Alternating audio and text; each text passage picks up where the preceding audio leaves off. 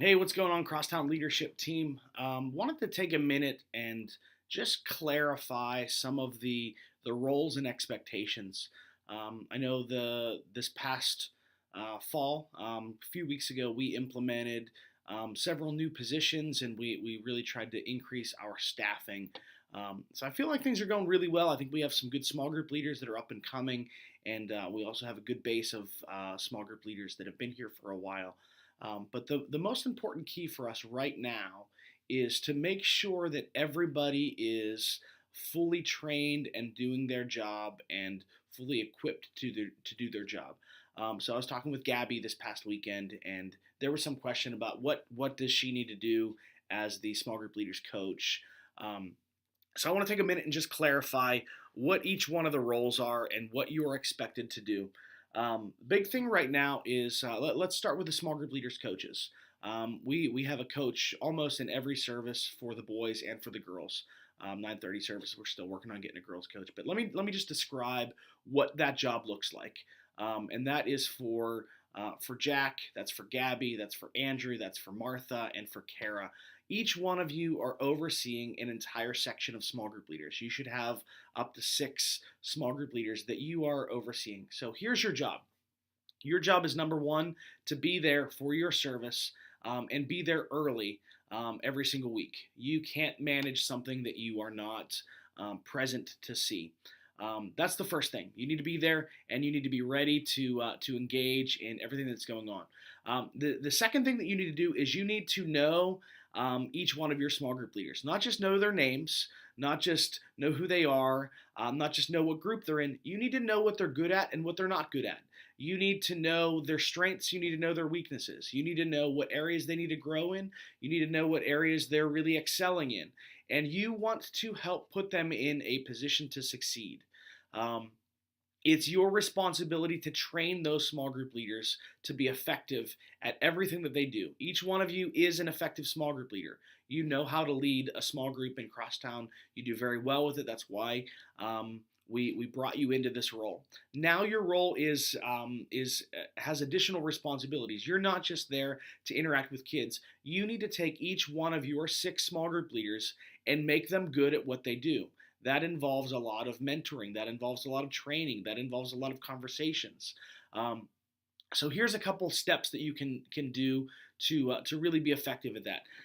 First thing is um, you need to know your small group leaders, and you need to know what they need to work on. So, for example, each one of you has a new small group leader that's just getting started and getting used to all of the dynamics of Crosstown.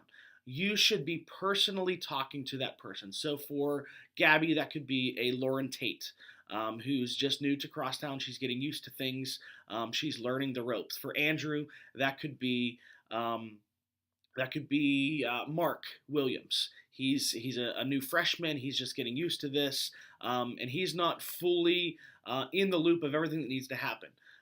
For Jack, that could be a Jonathan DeSalvo.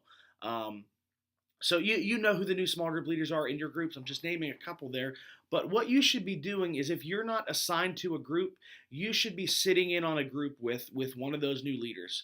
Um, you start out, this is the training method that I love to use. You start out, number one, by you doing something and allowing the other person to watch. Number two, you want to do it along with somebody.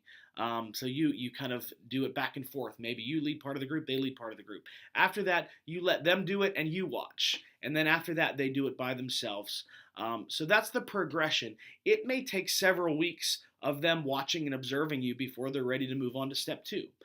You have to know your people and know what they're capable of doing. Um, this isn't something that your service coordinator, that Pastor Sarah can walk you through step by step and say, okay, with this person, you need to do this, then this, then this, then this. You need to know your people, and you need to understand what they're capable of. So keep this in mind. Everything that happens in small groups on your side of the room, whether it's the boy side or the girl side, you are responsible for that. You're responsible to make that really good quality ministry. You're responsible for your small group leaders showing up. You're responsible for good communication when your small group leaders aren't able to be there.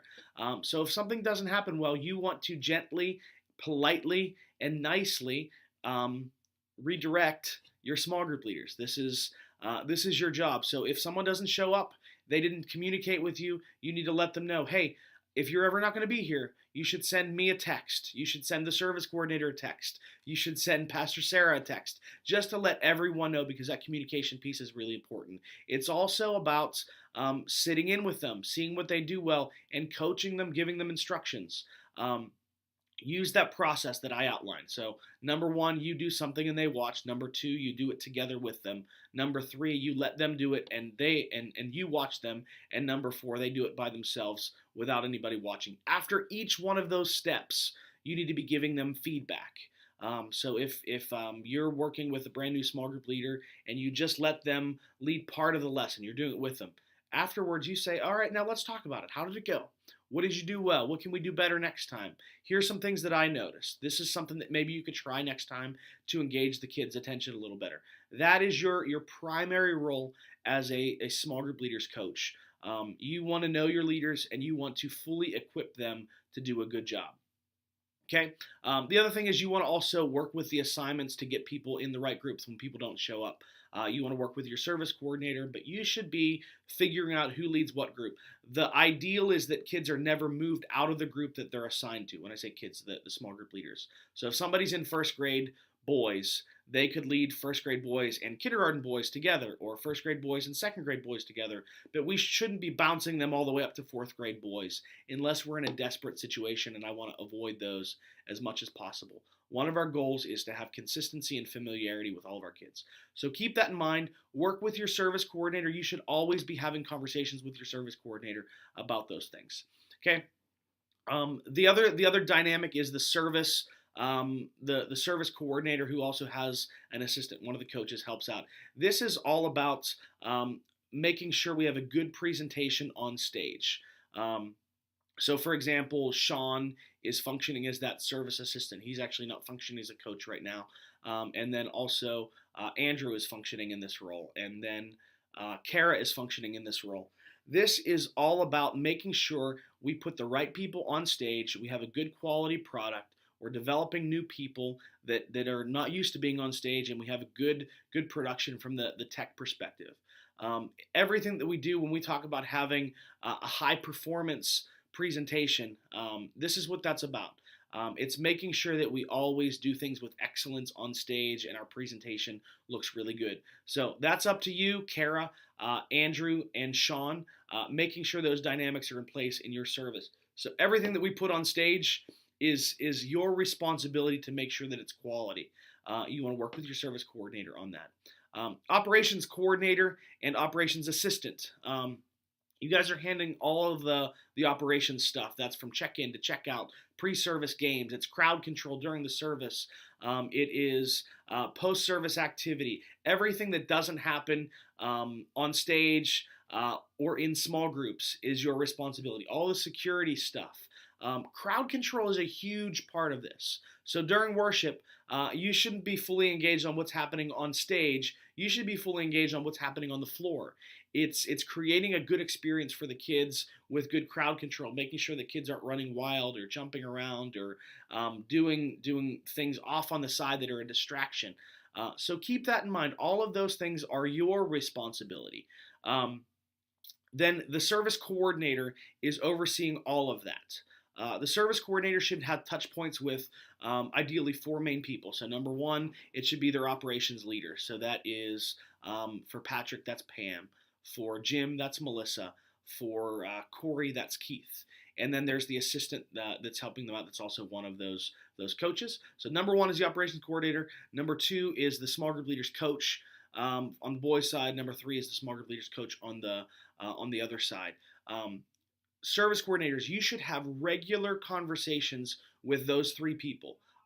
Corey, you have Sean also in there. We kind of have 3 people. That's our largest service. So keep that in mind. But you should be talking to those people every single week and working on a plan to improve the experience for all of the kids.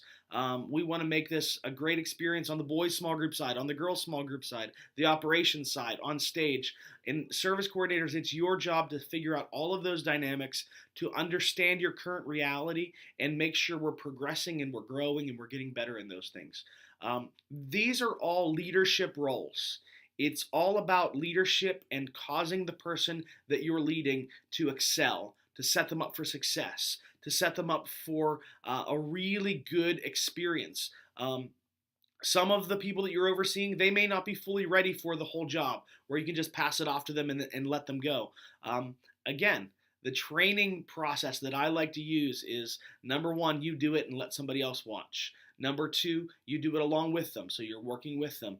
Number three, you let them do it and you watch. Number four, it is allowing them to do their job separately outside of your supervision. This is the case for each one of the roles that I'm describing. So service coordinators, you may have to jump in for one of the coaches and show them, hey, this is what this looks like. This is what you're supposed to do.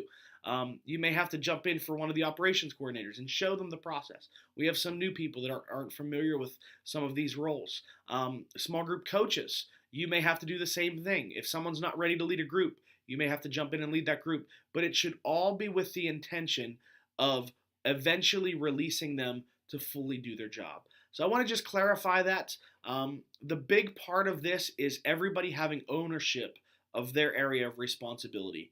So if you're a football fan, Bill Belichick, he's the coach of the New England Patriots, he has a famous saying that is just everybody do your job. Really important that everybody focuses on their primary area of responsibility. If you're a small group leaders coach on the boys side, you're not going over on the girls side and trying to work with the girls leaders or vice versa. You want to focus on your specific assignment and own it fully. And if everybody does that, everybody's assigned to their different jobs and their different roles, and everybody owns their area, really that's how we're set up to be the most successful. And your area is the people that are directly underneath your leadership. So small group leaders coaches, it's all your small group leaders. Operations, it's all of the safety procedures, it's the systems and the processes. Service coordinators, it's all of those things through the leadership of your coaches and your operations leader. So we want to make sure that we're fully aware of that. If you have questions about this, I can talk to you about it, but what I will probably do is I'll bring Sarah and your direct supervisor into the loop of this. So if a small group leader coach wants to talk to me about it, I'm going to pull either Jim or Corey or Patrick in that conversation so that we can clarify. And really, hopefully, the goal would be that each of those service coordinators can give full clarity to these different roles. If they can't, then that's on me and Pastor Sarah to make sure that they fully understand that and can move forward. Love you guys. I appreciate what you're doing. I feel like over the last couple of weeks and months, we've made some good progress. We've had some really good attendance lately. I think this past weekend, we had close to 250 kids in the elementary areas. So between all three services, that's great. We were just under 100 for the 9:30 service. We were just over 100 for the 11:15 service, and I think we were just under 60 for the Saturday service. So really, really good. Good things happening here. We're reaching a lot of people that we haven't been reaching, so I'm excited about that. I was really happy to see in the 11:15 service, I have a little boy named AJ on my soccer team, and he showed up for Crosstown. He was able to join us, and we chatted for a little bit. But so exciting to see some new people getting connected to Crosstown. I want to challenge you guys as the primary leadership as we get ready for Candytown. Lead the way in inviting people to come to that. If you know some families with young kids, find them and invite them. I'm going to invite my entire soccer team to come and join us for Candytown. I'm also going to invite them to join Upward Sports, Upward Basketball. So looking forward to that. Lead the way in that. I want to set the example in doing that personally with the kids that I know. And I'd like for you to do that too. What that does is it creates a trickle-down effect. As we as the primary leadership do that, it sets an example for everybody else under our leadership. So looking forward to another great weekend coming up. Appreciate you guys. Love you guys. If you need anything, you can let me know, and we'll figure out a way to answer any questions or work through any problems. And I'll see you guys soon.